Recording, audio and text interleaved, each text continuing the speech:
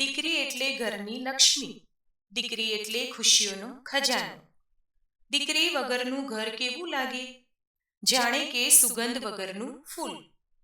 મિત્રો, આપણે કહીએ છીએ ને કે દીકરી વહાલનો દરિયો છે, પણ આ વહાલનો દરિયો હવે પરિવાર અને સમાજને દુઃખના દરિયામાં ડૂબાડી રહ્યો છે.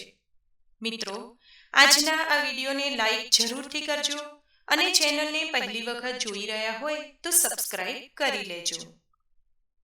દરેક સમાજમાં દીકરીઓને હંમેશા ઉચ્ચ સ્થાન આપવામાં આવ્યું છે.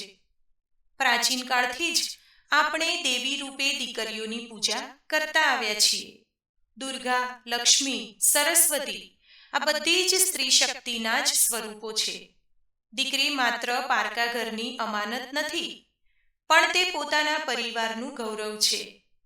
આજે દીકરીઓ દરેક ક્ષેત્રમાં પોતાનું નામ રોશન કરી રહી છે. શિક્ષણ હોય કે વિજ્ઞાન, રમતગમત હોય કે કલા, રાજકારણ હોય કે સમાજ સેવા, દીકરીઓએ દરેક જગ્યાએ પુરુષ સમોવડી બનીને પોતાની ક્ષમતા સાબિત કરી છે. સતયુગથી લઈને કળિયુગમાં સ્ત્રીને સર્વશક્તિમાન ગણવામાં આવે છે. સ્ત્રી ધારે તે કરી શકે, કારણ કે સ્ત્રી શક્તિનું સ્વરૂપ છે.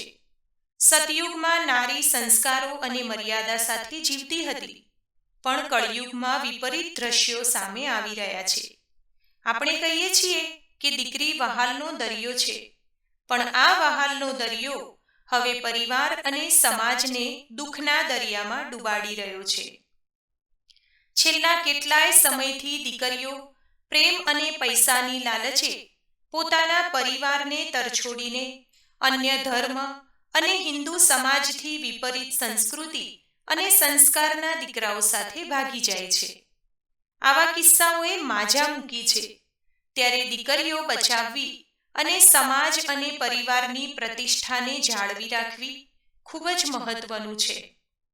પણ આવી ઘટનાઓ સભ્ય સમાજમાં વધતી ગઈ.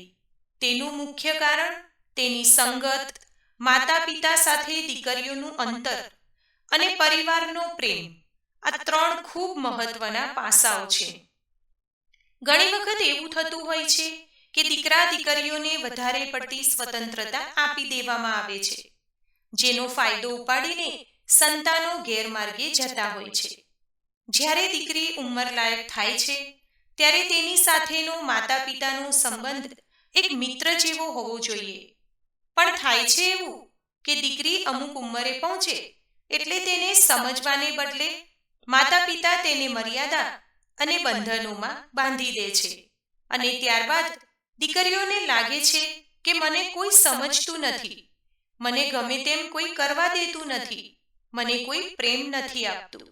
જ્યારે આવી વિચારધારા દીકરીના મગજમાં પ્રવેશે છે, ત્યારે તે એકલતા અનુભવે છે અને આ દરમિયાન કોઈ અજાણ્યા વ્યક્તિના સંપર્કમાં આવે છે અને લાલચ, ભોળપણ અને આકર્ષણને તે પ્રેમ સમજી બેસે છે.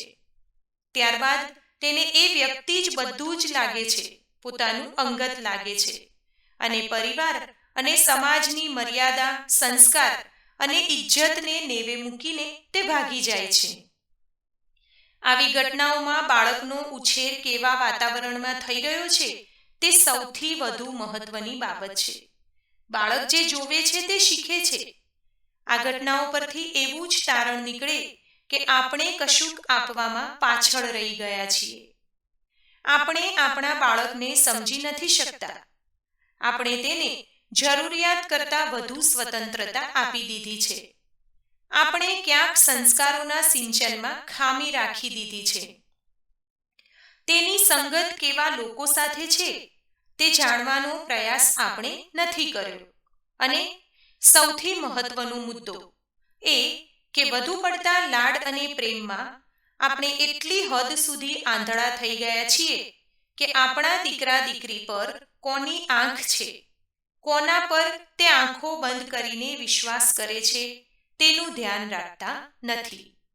અત્યારના સમયમાં બનતી ઘટનાઓ પહેલી વાર નથી બની. આના પહેલા પણ ઘણી ઘટનાઓ બનેલી છે અને જ્યારે જ્યારે આવી ઘટનાઓ બને છે ત્યારે દીકરીના મા બાપને જ નહીં, પણ દરેક સમાજ માટે પણ આ કલંકરૂપ બની જાય છે અને એની અસરો ઘણી જગ્યાએ થતી હોય છે. આવી ઘટનાઓથી દરેક સમાજને, પરિવારોને નીચું જોવું પડે છે. મા બાપને આજકાલ સમય સાથે પોતાના વિચારોને બદલી સમયની જરૂરિયાત કેવી છે એ પ્રમાણે પોતાની જાતને ઢાળવી જોઈએ અને પોતાના સંતાનો સાથે મિત્રોની જેમ વર્તન કરી સમજણ આપવી ખૂબ જ જરૂરી છે. સમય સાથે થતા ફેરફારોને સહજતાથી સ્વીકારી તેમની લાગણી અને ઈચ્છાઓ વિશે ખુલ્લા મને ચર્ચા કરવી જોઈએ.